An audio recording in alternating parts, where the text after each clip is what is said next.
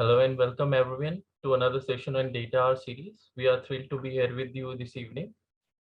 And I'm Harshpal. I'm the part of data science team at Analytics Vidya. For those who have joined for the first time, a brief introduction to the DataHour session. The DataHour is a series of webinars conducted by Analytics Vidya and led up by top industry experts. It's a fun way of understanding the concepts of data science from the leading players of the data tech domain. And as the name suggests, it's 1 hour dedicated to the data only. All right. We are hopeful that these sessions are going to be a great source of enrichment and value adding to our community members. Now on to your session today, which is knowledge graph using solution using Neo4j. This data will be helping you to define graph AI using technical terms and examples and its different level of maturity. All right. So some of the topics that we'll be covering in these sessions are the overview of the environment, and we'll be seeing class project overview, graph AI, their concept and their use cases. I hope you are excited to attend this data hour with us. Before we kick things off and I hand over to the speaker, a quick recap of the housekeeping items. We are recording this session and the recording will be available on our YouTube channel. The link you can find in the chat box. Please use the Q&A sections for asking any question you might have during the session, or in the end of the session, you can ask through the Q&A session. Please don't use the chat for asking any question because it will spam and it will be difficult for the speaker to address your question. All right. Lastly, we'll be sharing the feedback poll towards the end, and all of you are requested to kindly fill up before leaving the sessions. All right. Now on to your speaker in this session, we have Ms. Neena Sathi with us. Neena, if you can introduce yourself a bit before Sure. starting, that would be great to the audience. Thank you, Harshpal. And this is Neena Sathi. I'm a principal at Applied AI Institute. And welcome everyone to my webinar on knowledge graph solutions using Neo4j. And let just tap in here. Okay. So let me just give a brief overview of myself. My name is Neena Sathi, and I have over 30 years of experience doing the AI development. I started with AI startup called Carney Group, and then I have worked with KPMG, IBM, and Accenture. So I have worked with several companies and as a director of AI solution development. I have deployed many AI-based solutions in telecom, healthcare, retail, and the government industries. And not only in US, but I have deployed systems in Canada, Mexico, Latin America, Asia, and Europe. And I have many AI publications which are available through AAAI, IEEE, WCF, ECF. So there are numerous publications. You can just Google my name and you will find it. And as I said, that I have worked with top companies in US, mostly in the capacity of architect and program director or the director responsible for solution development at Accenture, CenturyLink, KPMG, and IBM. And here is my contact information. If you have any questions after the webinar or during or whenever, you can connect with me. I have provided all the communication media to you, and so we can connect accordingly. So I have a very simple goal. I want to, people when they talk about graph, they think it's a network graph, but I want to call it a knowledge graph. And how does a network graph differs from a knowledge graph? So I wanted to give some briefing about a knowledge graph. What is a knowledge graph? What are its key features, capabilities? And then I will get into Neo4j, how Neo4j, what libraries, plugins are available in Neo4j. I will do some class exercises. Actually, I will do a demo of key features of Neo4j. How do you do the graph management, develop queries, as well as how do you visualize it using it Bloom editor. So I will give all those things, and then after that I will summarize our next step, and maybe the Q&A can happen in the last 5-10 minutes of the talk. So let's start with knowledge graph. So what is a graph? Everybody I just wanted to give a briefing. A graph is nothing but a notes, or the notes are really like your relational SQL tables, which captures the facts about that entity. And then you have relationship, which connects two nodes. And why it is? Because nodes in a way is equivalent to a SQL table, but the relationship is equivalent to a complex join, because it hides all the complexity of a join in a relational world. So each node, as I said, can have many facts about that particular node, and then each relationship or the connection basically specify how they are connected, and there may be multiple connection between the nodes or a single connection, and then each of them, whether it's a node or relationship, can have many properties. So that's in a very basic term a network graph is.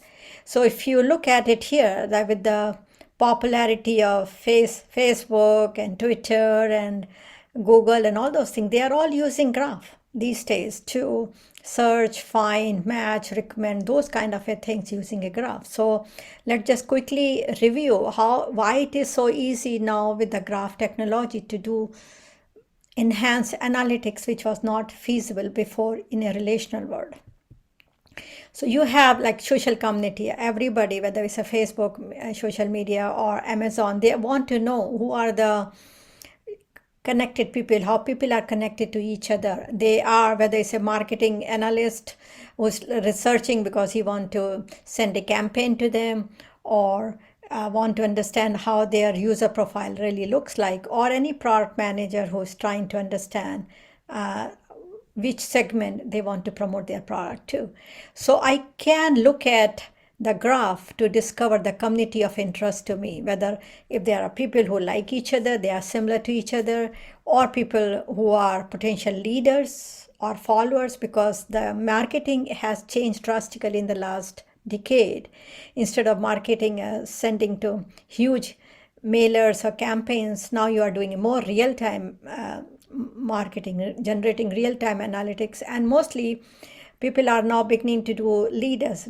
If you target the leaders, then the followers will automatically follow the leader. So you can look into those kind of a thing using a graph. So let's take a simple example. This is the graph we have. This is just a liking graph, how people are connected and what is their liking potentially is between each other. So if I look at that in this one here, I can look at this graph to say, what is the average liking for a person? Like how many people are liking Nina or John or whatever. What is the who can be? I can easily see that Nina and John Nina is the most influential person in this graph because she has a lot more connection. Or after that is John, which has the second highest connection in this graph. So you can find the potential leaders. You can also find the community of the people who like each other or who have the similar behavior. So very first easy thing to say that affinity analysis. So I can really see that who have the affinity to like each other. So like both Mandy and James have affinity towards John because they both like John. So that's the affinity analysis. You can easily do affinity analysis. Fan analysis, because I can say that this is the fan is really the person who has the maximum connected edges or relations. I can say Nina is the most influential with a fan of 10, while John is the second most influential with a fan of 5.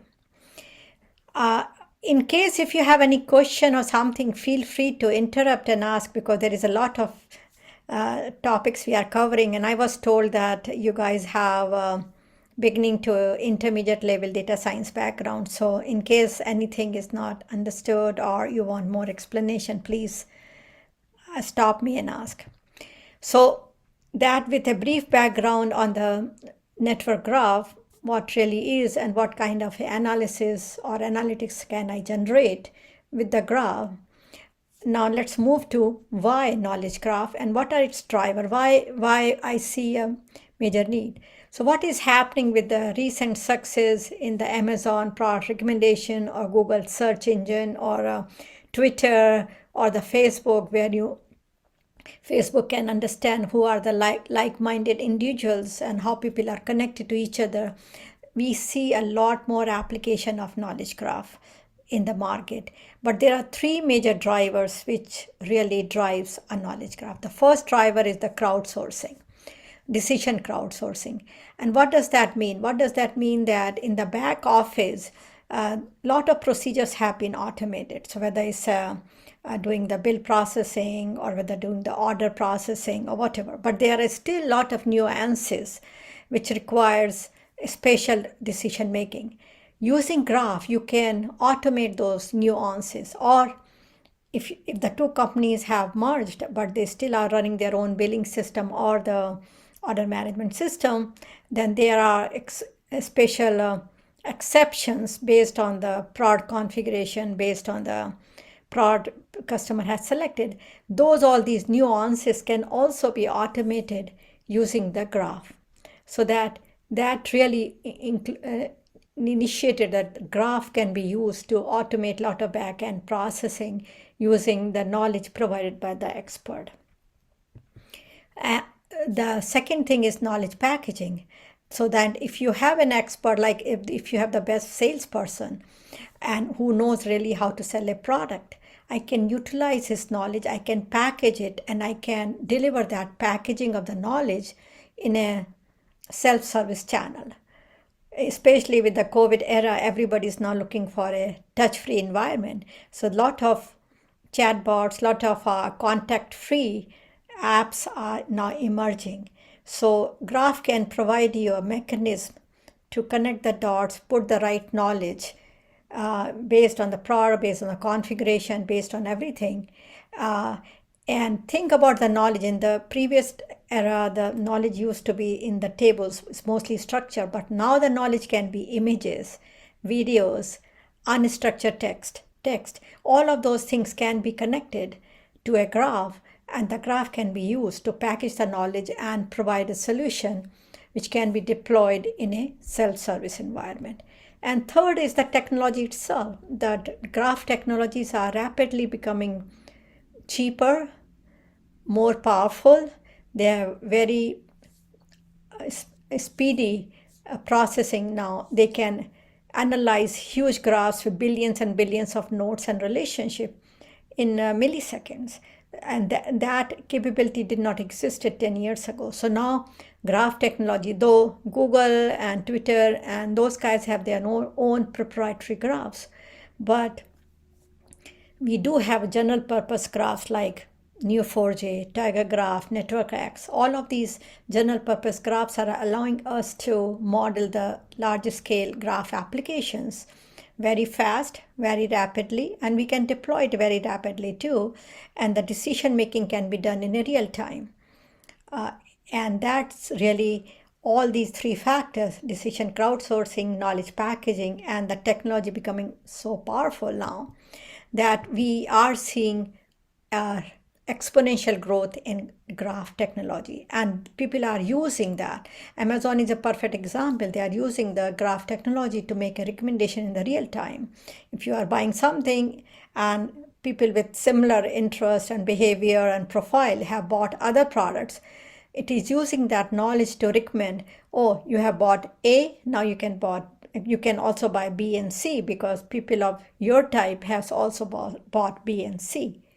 Or in the movie recommendation, or in many applications like that they are being used for providing the real-time decision making.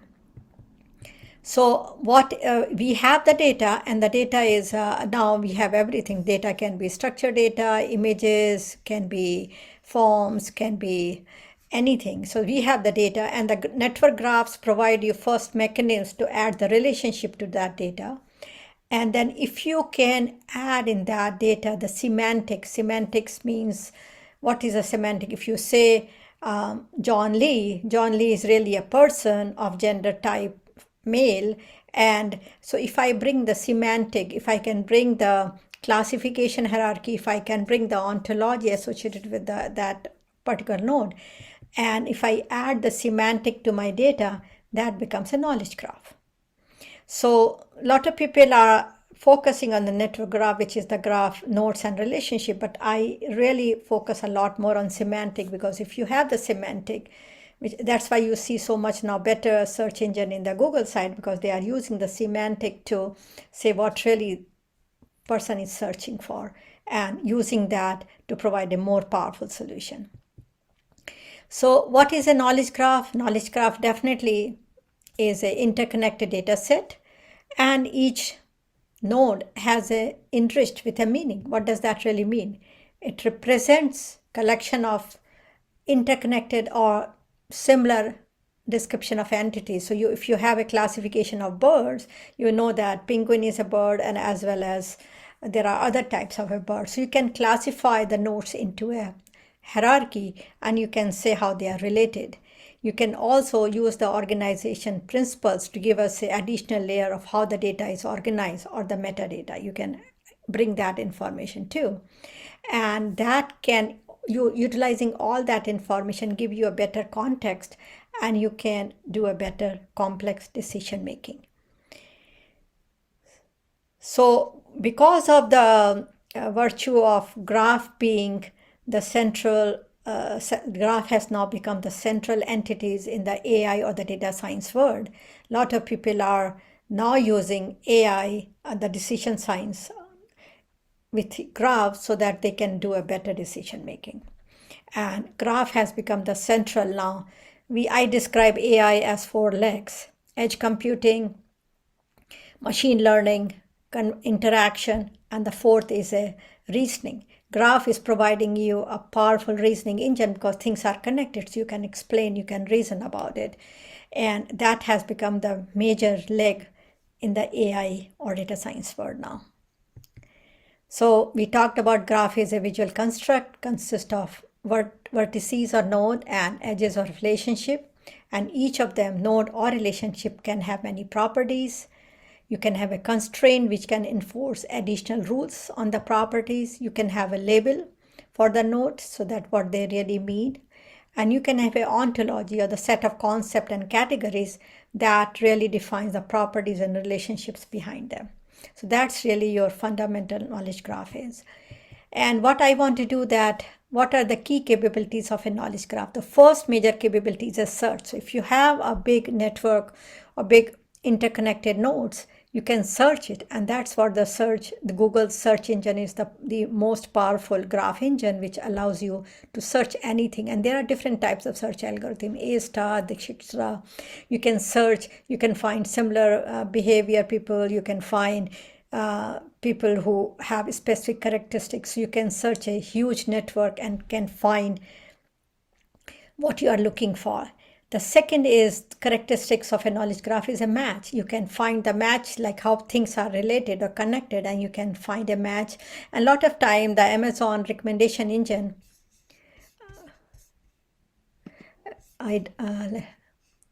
Amazon recommendation engine is really using the match capabilities to recommend. So is this visible? I mean, let me see if I can close it. Yeah.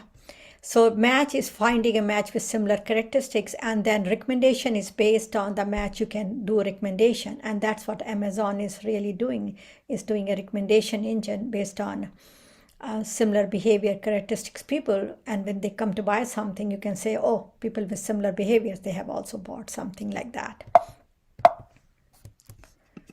The next thing, which is graph, knowledge graph, I will say, is the discovery. They can find like fraudulent patterns. So if you know that this is an anti-money laundering pattern, you can feed that pattern into the graph and say, tell me everywhere we find this pattern. And that can use to find the fraudulent activities in your search space in the domain of your interest. So that discovery is a very powerful feature of a knowledge graph. And then we have a capability of reasoning, because things are connected. So if you are recommending some person, you can say like this is the leader in this network. You can say this is the leader because it has 120 connections as compared to the lowest person who has only 2 connections. So you can reason about it because you know how things are connected. So reasoning is explanation capability is a very powerful thing here too. Reasoning which gives you, and the last but not the least is the learning. You can use the results from the graph and what people are taking action on, and then you can bring it back and say, oh, people with these things, they really bought these things, and you can apply and you can learn and you can improve your graph and you can do the better decision making for the future. So if I will be using a movie recommendation example in this course to tell you how things are being represented in Neo4j. So in a movie example, your knowledge is your movies, artists, reviews, tags. All of those notes are really your knowledge representation and how they are connected. Second is reasoning. If I want to find a movie which is by the popularity or movie with a theme or with an artist, I can reason about it. I can also search. I can find all the movies associated with the penguin. I don't have to tell them what really penguin means, but we know that penguin is a part of the bird family. So it will bring from the bird family movies which are associated with a penguin.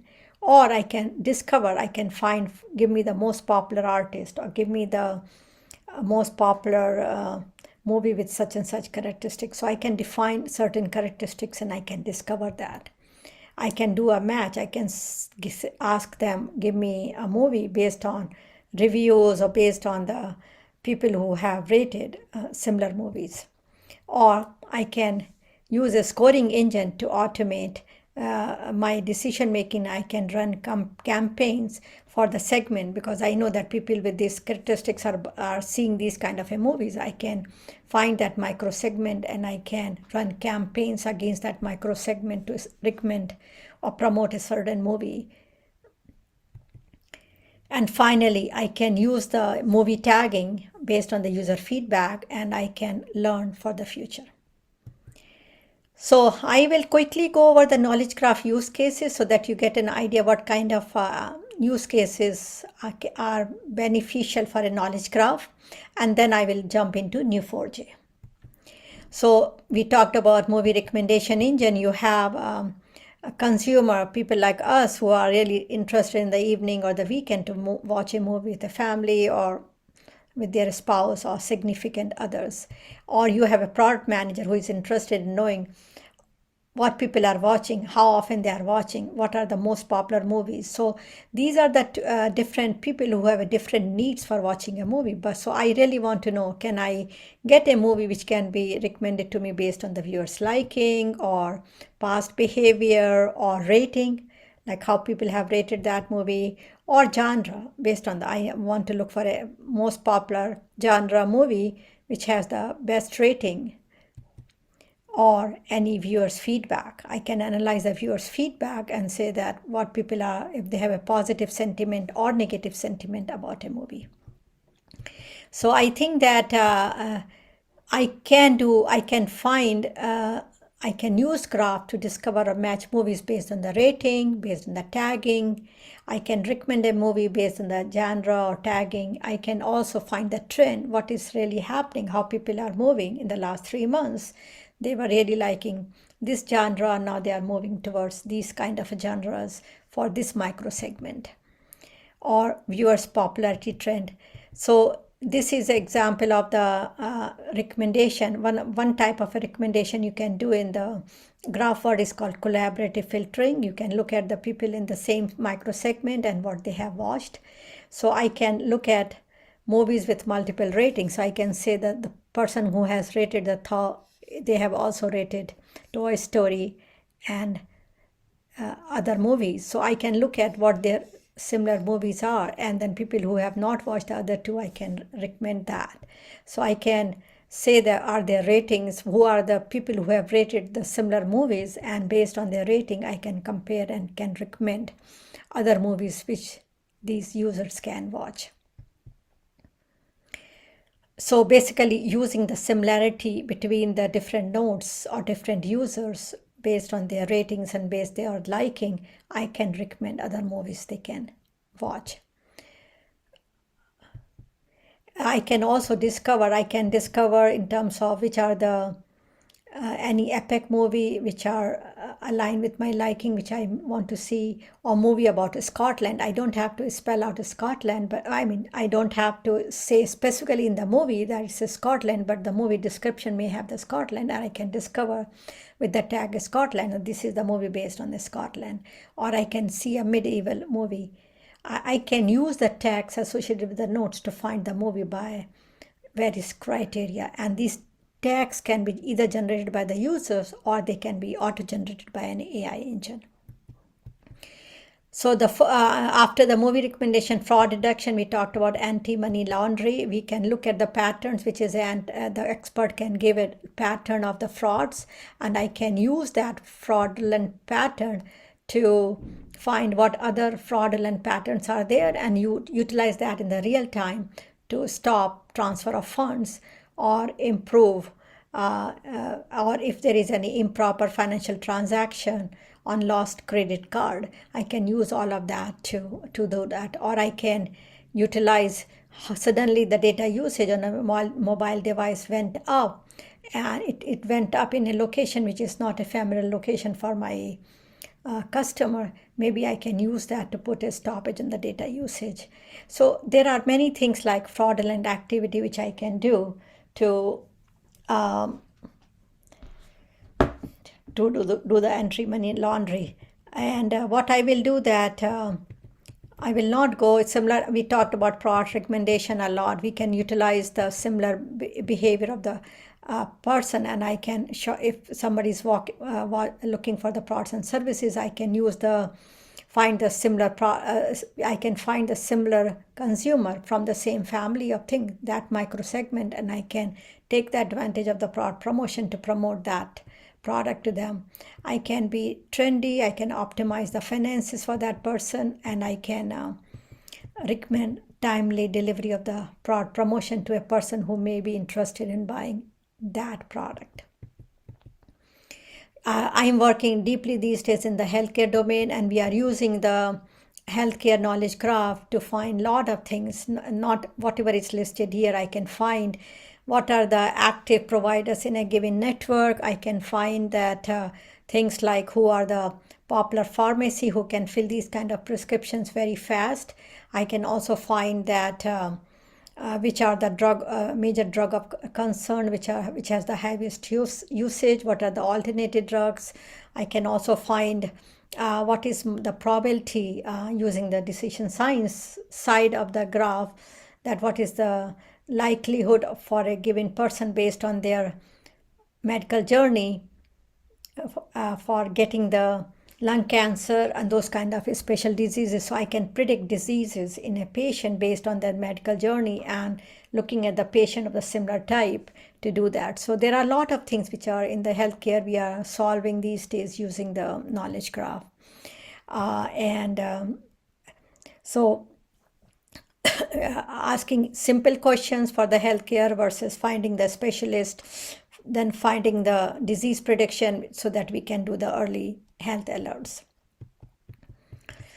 What I will do, that expertise finder, that's one of the project I did for my previous company, where they had that was a consulting firm, and they were looking for the expertise, people who have certain expertise. So I was looking at what client is looking for, what expertise database we have. That was a graph, everything was connected, and basically that system was done for the resource manager as well as practice leader to say, okay, these are the people who are available or can fulfill this position based on the expertise your customer is looking for. And that was very, very successful because it used to take a lot of time. Now using the system, they can find the in-house available skills. They can, sometimes the employees may also have a preference that they are not trained in a certain area, but they do want to get a on-job training using a project, client-facing project. So we could match the employee skills, not only skills, but also preferences with the project demand and place the person accordingly. And I think that we also were looking at what are the industry knowledge trends are, and then making sure that we are providing the training in those areas for the employees. So with that, I think I am going to customer. Let's finish customer 360. The customer 360 also I did it for one of my previous companies where the marketing person and the product managers, they wanted to get a complete 360-degree view of the customer, what their customers are, what they are looking for, what they want, what products and services they are liking, what their profile looks like, everything about that customer. And what we did that we brought a lot of unstructured data from the news, from articles, from PDF document, from the customer profiles, customer website, and we built a gigantic graph which was used to provide a complete view, 360-degree behavior on a customer. Not only buying behavior, but their liking, disliking, what they have bought in the past, what are the affinity they might have with the social clubs and social communities, as well as if they belong to a specific market or not. So that was another very popular use case. So with that one, what I'm going to do now, I think we'll skip that.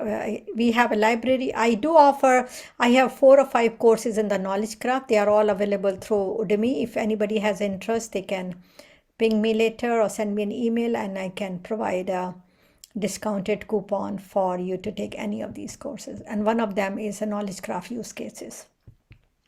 So let's move to Neo4j. So before I get into Neo4j, let me get you. There are 2 types of graph technology. One is called labeled property graph. Other is called resource description framework. And they are just different technologies. And labeled property graph, you can have a node and you can have relationship, and they have a property associated with that. Neo4j happens to be a labeled property graph, but then there are other graphs too, like a Stardog and Largo graph and Limba, and those are in an RDF family where everything is represented as a node. And in the case of LPG, Neo4j has its own Cipher graph query language network, and then you also have a Gremlin and GSQL, while in the case of RDF, Sparkle is the most popular query language.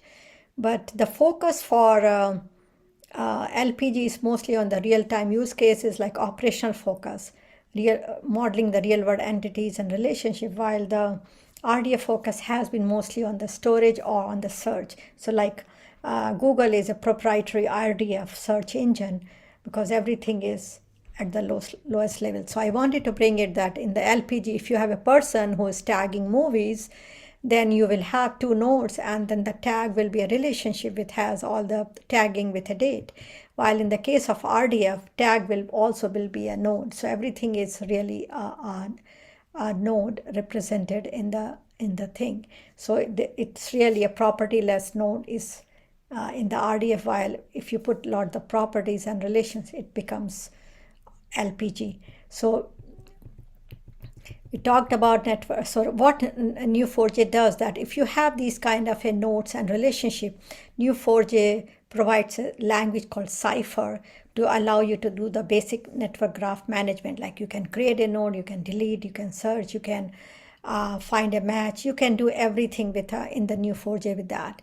And Neo4j allows a lot of libraries and plugins to help you with the knowledge graph modeling. Cipher, of course, is the query language which comes with Neo4j, but they also have APOC. APOC is a lot of Java procedures. They call it awesome procedure in Cipher, which really allows you to do a lot more bulk data management. It allows you to do much faster. They are more optimized procedures and more complex procedure on the Cipher.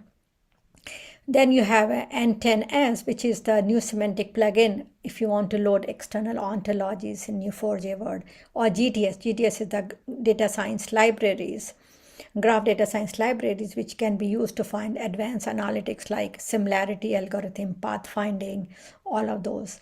And then you have a Bloom, which is a visualization tool, which you can use to do.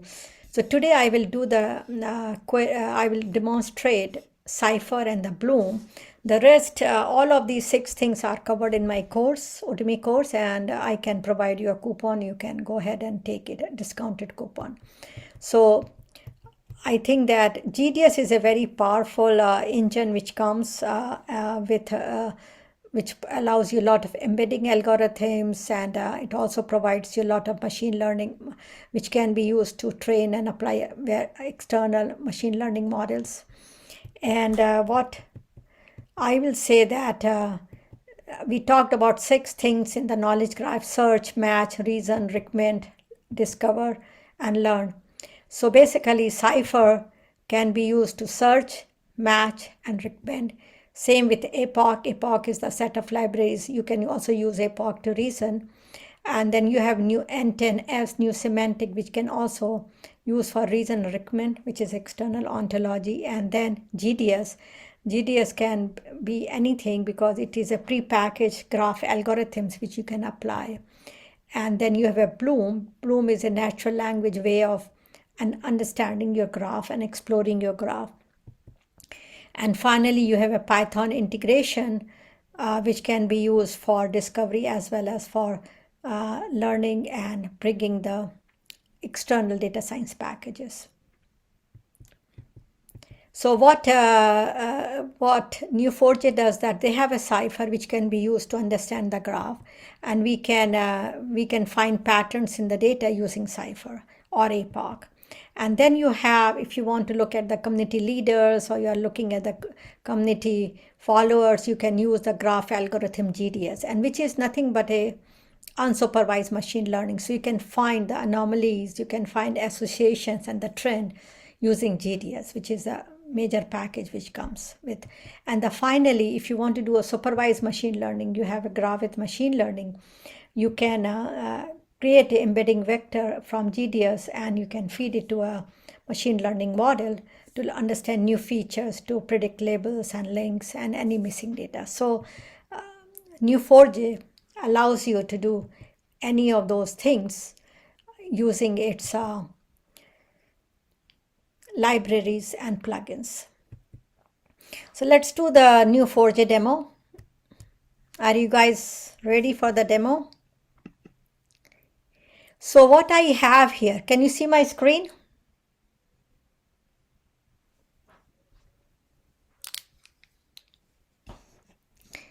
Okay, so this is a movie recommendation engine. What I have done, that I have loaded several data sources, TMDB, IMDb, and I created that. So what I will do, that I will open this is called Neo4j desktop browser. So I will be opening the browser, and using the browser, I can really analyze. So if you look at that, in this one hour webinar, I don't have a time to create the graph for you, but it will be covered in the online course on the Udemy. So you can see these are the nodes: artist, IMDb, movie, person, TMDB. These are the nodes, and these are the relationships I have created. The artist has worked in this movie, the person has rated this movie, and the movie has this IMDb link or TMDB link. So I can literally, if I want to see it, I can select any node, and it will bring the top 25 thing. I can also see how many artists do I have. I can count. These are the simple queries just to count how many artists are there. And there are 175,719 artists I have. So let's, I have defined some queries. So the first query is that in the Cipher, let me see if I can bring in Cipher. So in the Cipher, let me tell you that in the Cipher provides you, Cipher is like a SQL. It provides you the various functions which I can use. So basic Cipher function, I can use the create or merge command to create a node, or I can create merge with a set to set the properties. I can do a match to find a match. I can also do the match with a where clause to find match with a condition. I can link 2 nodes by using create or merge statement. This person has rated this movie. I can say give me all the movies which were rated by this person. I can do a delete, or I can delete all. So I think that what I have done, I brought, as I said, that I brought the data from 5 different places: movie, TMDB, IMDb, person, and artist. So what I will do here, that this is, so this one I find the movie which has rated by a person, and I said give me the average rating, return. So this is my query number 1. I can return that query, and it give me that the average rating for the movies is 3.50. I can also do something like I can go to a specific movie. I can find the Toy Story is the movie with her ID 1. I can find what is the average rating for Toy Story. I can run that query, and I can say 3.92 is the rating for the Toy Story. I can also query, I can find how many movies, how many viewers, what is the count of viewers who have seen Toy Story. So I can do a match, and I can say return me the count of people who have rated Toy Story. And in our database, there are 215 people who have rated Toy Story. I can also find movie fans for movie Toy Story. I can say give me the people who have rated, and the fan is defined as somebody who has rated more than 3.999 or 4 or better. And I can say give me all the people who have rated, and I found 147 people are the fans for this movie because they have given a high rating. Am I going too fast for you guys? You are okay?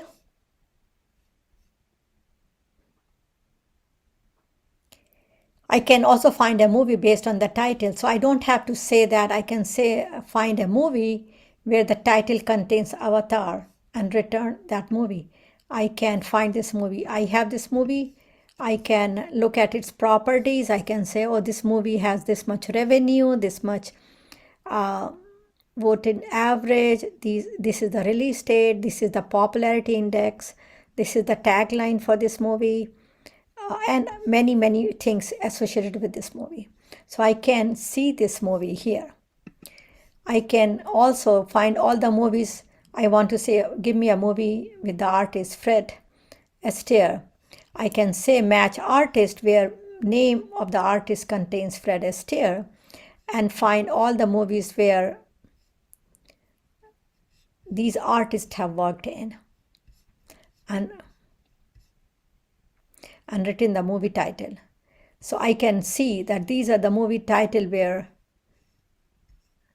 these artists have worked in.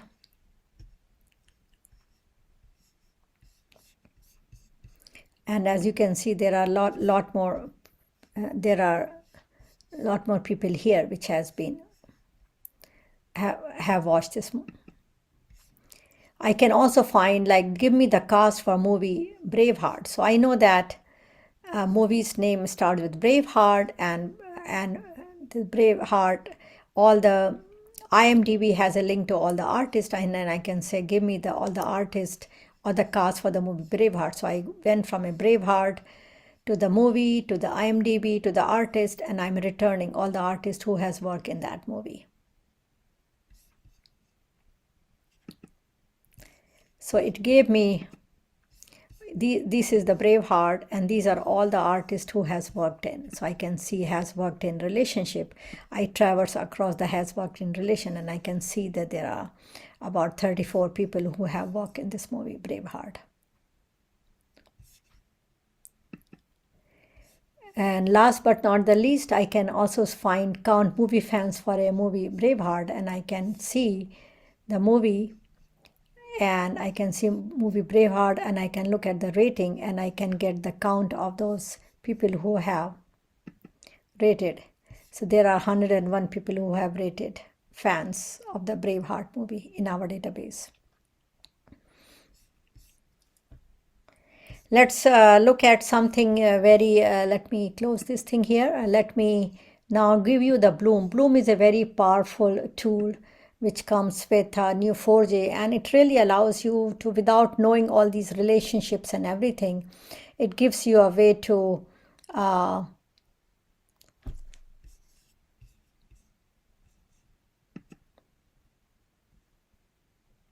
So I can literally, I can find artist, and I can say artist name. Let's say, what name do I need to find? Let me see if I have defined some.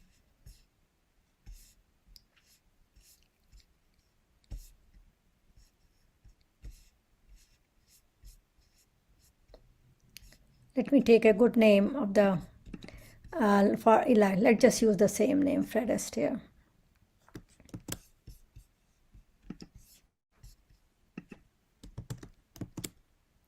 So it automatically finds that Fred has a name of Fred Astaire, and I can look at that and I can find that. So I found the artist named Fred Astaire, and I can see, I can expand and I say that where it has worked in. I can select that and say that this person has worked in these movies. So I can go from the Fred to another all the movies. I can also look at this one and say, where is this person has worked in? You can find Fred has worked in this movie, but then this person has also worked on other movies. So I can literally go from one node to another, and I can traverse, or I can go with this one here and I can say, where is this person has worked in? So I can literally go in and search for where people have worked in, or I can take this person and I can say dismiss. I can dismiss that person, and I can bring this person here and I can say dismiss other nodes. So I dismiss. Now I am focusing on this one here. This is the movie. I can literally say all the connection this person might have. So these are the people who are connected, has worked in this movie. I can bring those movies, all the artists who has worked in this movie. So that keeps going on and on. So it's a very powerful tool, Bloom, which gives you don't have to know the relationship names. You don't have to know. You can just know the basic entities, artists and others, and you can go from one node to another till you find things. So let's get back to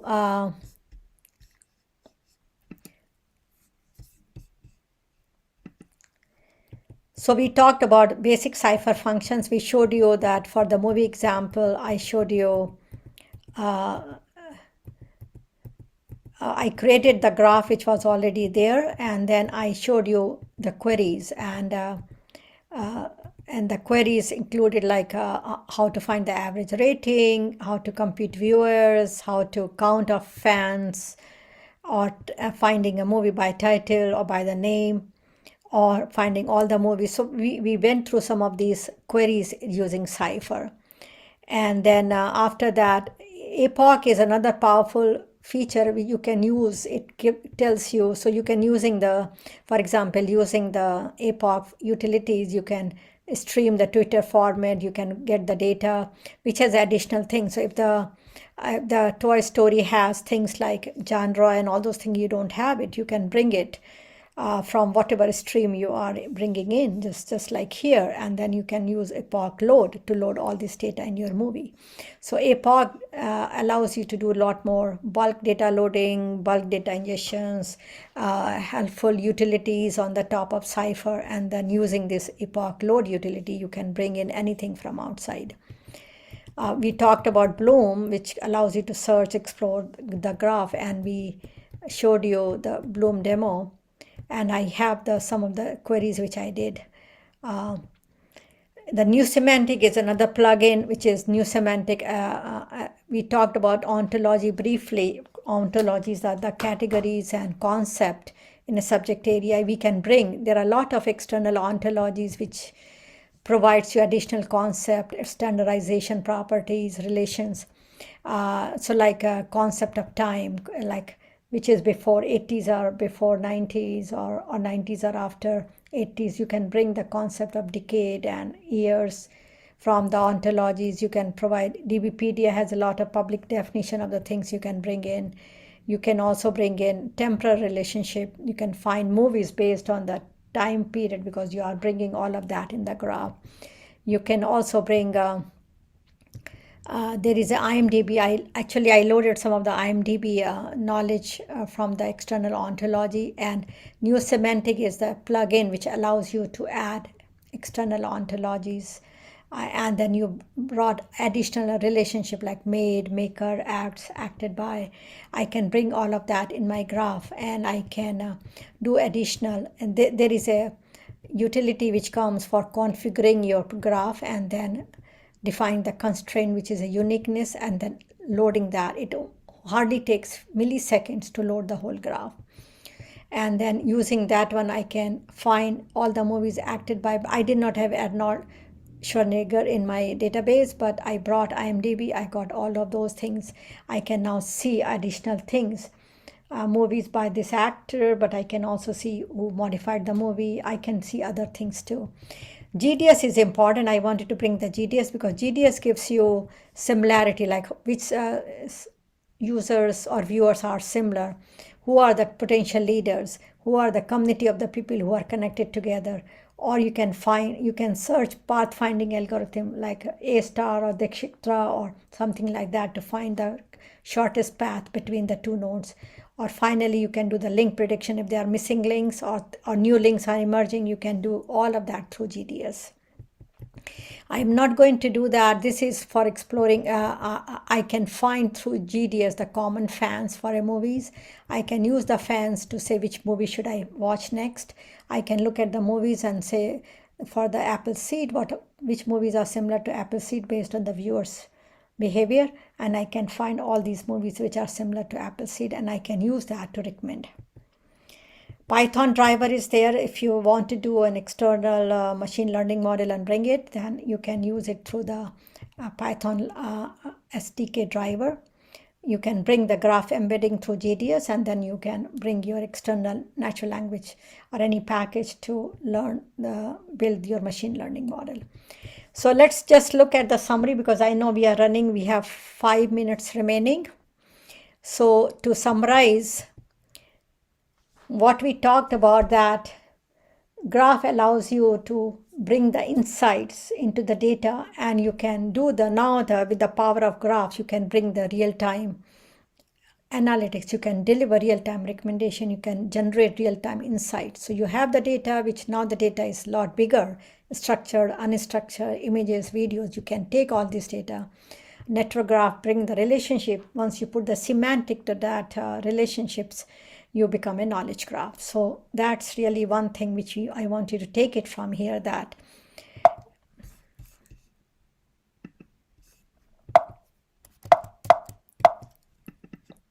and then we talked about knowledge graph. That knowledge graph is a construct that consists of vertices or nodes and the edges, and both of them can have properties. You can have constraint, which can be enforced rules. You can have labels on the graph nodes, and then ontology is a concept and categories. You can bring it into the graph, give the meaning to each node. And that's really the knowledge graph fundamental. We talked about 6 features. You can search, you can match, you can recommend, you can discover things, patterns, you can do the reasoning because you have connected nodes, you can reason about it, and finally you can learn. And from your users' feedback, you can learn and improve your graph. So those are the 6 features of the knowledge graph. Neo4j allows many libraries and plugins like Cipher, Epoch, N10s, GDS, Bloom, Python, and all of those things can be utilized to provide you a powerful knowledge graph, especially using the GDS and N10s. And knowledge graph with Neo4j, all the 6 features of knowledge graph can be supported through Cipher at the basic level, and then Epoch also at a little bit higher level. And N10s allows you to ingest external ontologies for reasoning and recommendation. And you have GDS libraries, graph data science, which gives you a powerful way of analyzing similarity patterns, pathfinding patterns, centrality algorithms, all of that. And you do have a Bloom, which does not require any knowledge. You can basically does not require programming knowledge. You can play with it, you can explore graphically in a natural language manner. And finally, you have Python for more complex machine learning models, as well as automating the learning users' feedback. We talked about Neo4j allows you Cipher and Epoch for doing the network graph analytics, finding patterns. Then you can bring the GDS, which will give you unsupervised machine learning for finding anomalies, associations, and the trends. And then you can do supervised machine learning with an external machine learning model to learn new features, predicting the links and labels and missing data using machine learning models. This was too much information. I know we have 2 more minutes remaining in this course. So what I have done that I can provide you a copy of these slides to Analytics Vidya, and they can share with all of you. But I have created a coupon, Knowledge Graph Solutions using Neo4j. It's really about 5-6 hour long course. It takes you step by step to tell you how to use Neo4j and all its libraries and plugins to build a knowledge graph solution. The coupon is valid for 1 week, and it's a 50% discounted coupon. And what I have done also, that I gave you the references.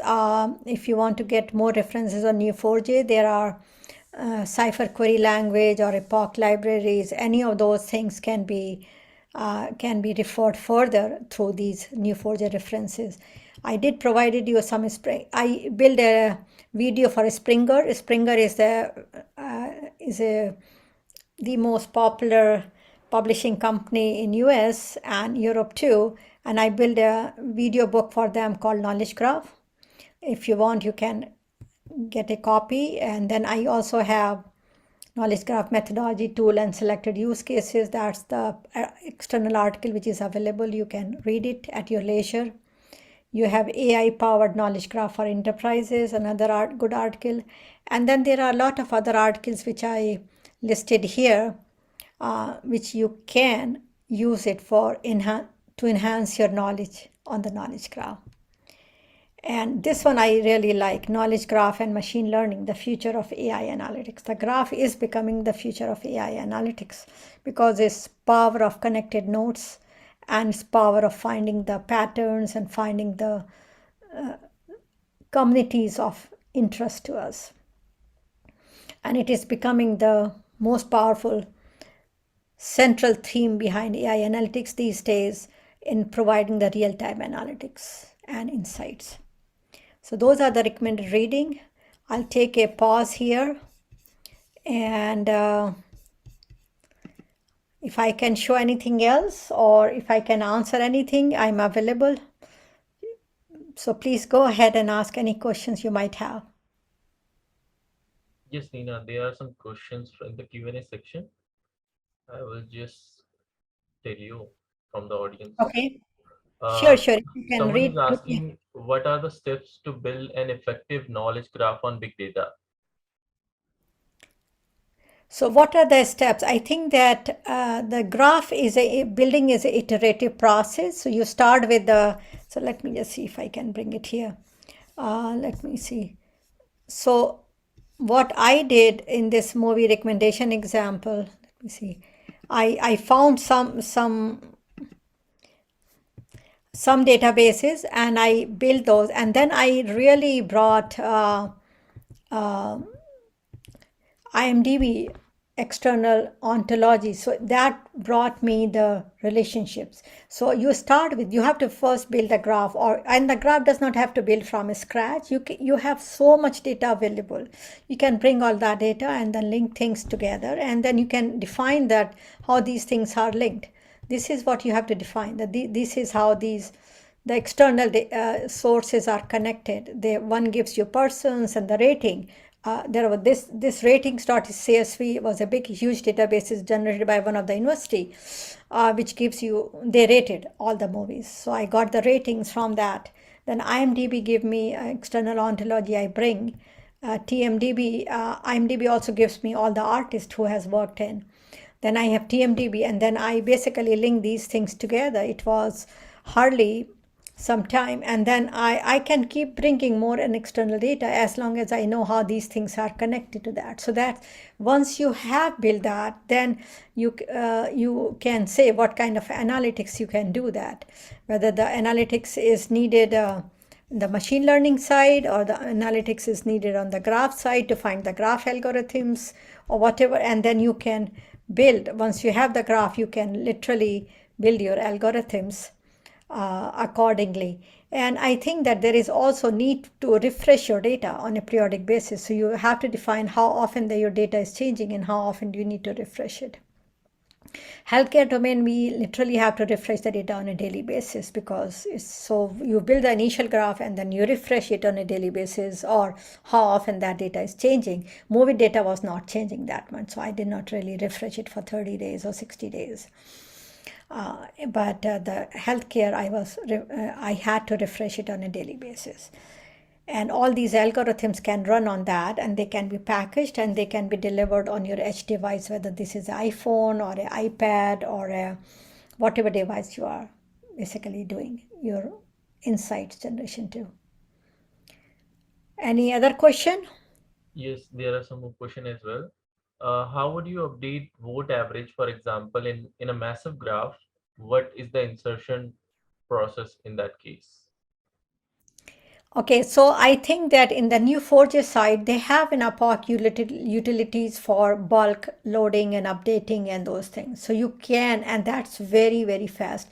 They also have provided a mechanism to define the constraint on the, so that you can easily find. So if it is a user rating or something, you have a ID constraint on the ID of the user, and if you have to update the rating for the user, and you can put the rating as a time series data too, so you can say that the rating, that this person rated this movie at this time with such value, but then at time t2 they have rated this. So you can bring in and you can bulk update that data using epoch utilities.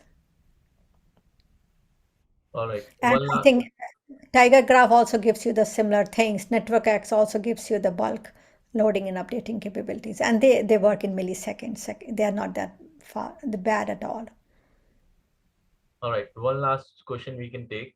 Where I can learn the technique of converting a conventional data set to a representation suitable for graphs.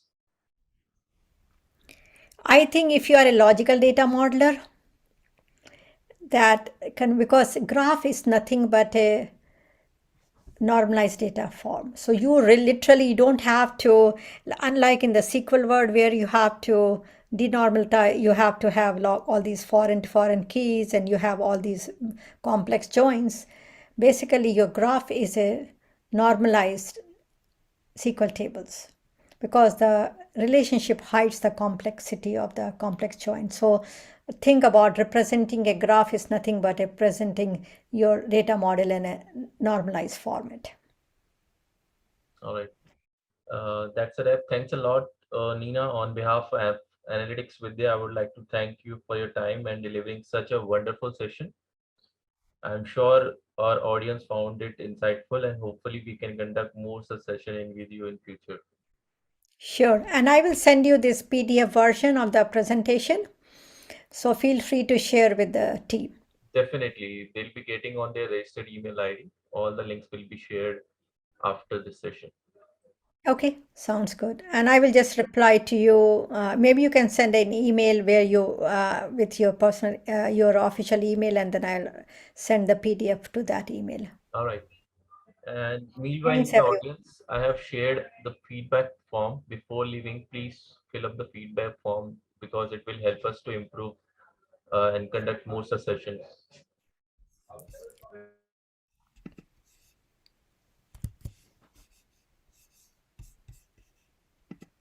Thank you, everyone. I really, really appreciate the opportunity from Analytics Vidya, and really it was a delighted session to be presenting Knowledge Graph, which is very, very hard, near to my heart, because I love Knowledge Graph and I've been working in this area for many, many years.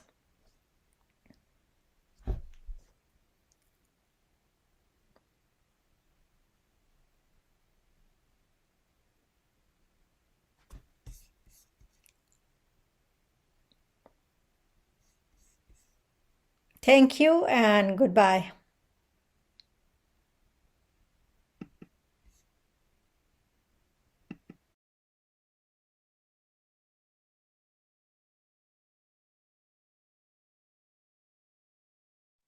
I hope you guys have filled up the feedback form. If not, please fill up the feedback form before you leave, as it will allow us to conduct more such sessions. And tomorrow we'll be having a session at 3 for the data as well. You can definitely check out our website analyticswiththe.com. And for more such session, the link is pasted in the chat section. You can have a look on our YouTube channel as well for the recording of the session.